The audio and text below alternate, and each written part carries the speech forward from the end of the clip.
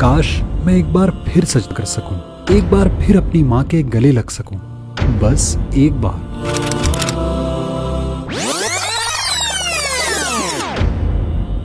آج سے 31 سال پہلے کی بات ہے۔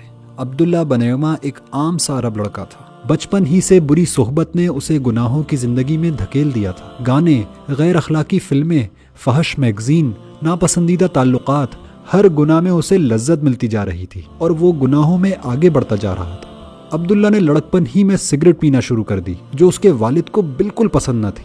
ایک دن اس کے والد نے اس سے پوچھا کہ تم نے سگریٹ پی ہے؟ عبداللہ نے جھوٹ بول دیا کہ نہیں۔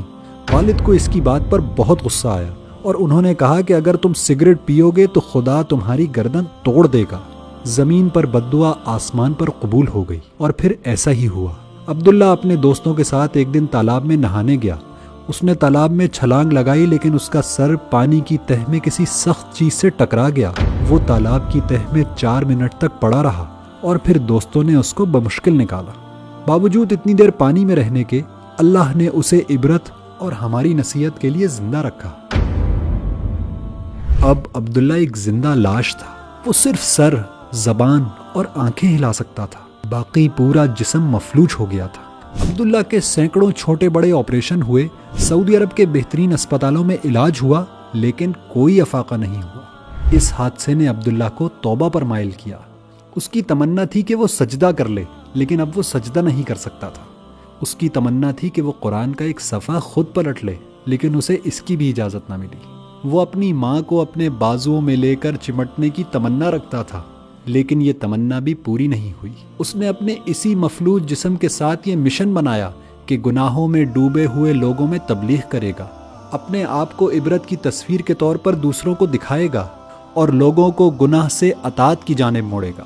پھر 31 سال عبداللہ بنیما لوگوں میں تبلیغ اسلام کا فریضہ انجام دیتے رہے۔ ہر بچے، جوان، لڑکے اور لڑکیوں کو بتایا کہ مجھ سے عبرت پکڑو، میں درجنوں سال سے اپنی شرمگاہ تک خود نہیں دھو سکتا، کیونکہ مجھے اللہ نے منع کر دیا ہے کہ میں ہاتھ استعمال کر سکوں۔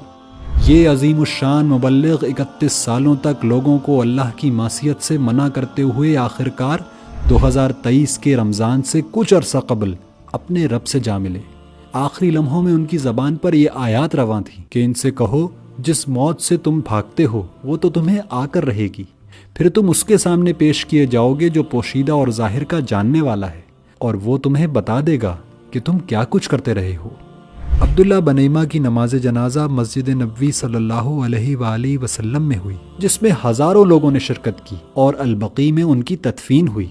کاش ہم بھی نافرمانی سے رک جائیں اور پلٹ آئیں اپنے تواب الرحیم رب کی طرف۔ آج ہمارے رب نے ہمیں توبہ کا موقع دیا ہے، اپنی باقی عمر کو اللہ کی اطاعت میں گزارنے کا موقع، اس مشن کو اپنا مقصد بنانے کا موقع کہ ہمیں اپنی سوسائٹی کو ان گناہوں سے پاک کرنا ہے، جس کی وجہ سے عبداللہ جیسے کتنے ہی بچے بری صحبت اور اللہ کے عذاب میں گرفتار ہوئے ہیں، اور اللہ کے دین کو اس زمین پر نافذ کرنے کا موقع، تاکہ سب ہی اللہ کی فرما برداری کے نظام میں آ جائیں۔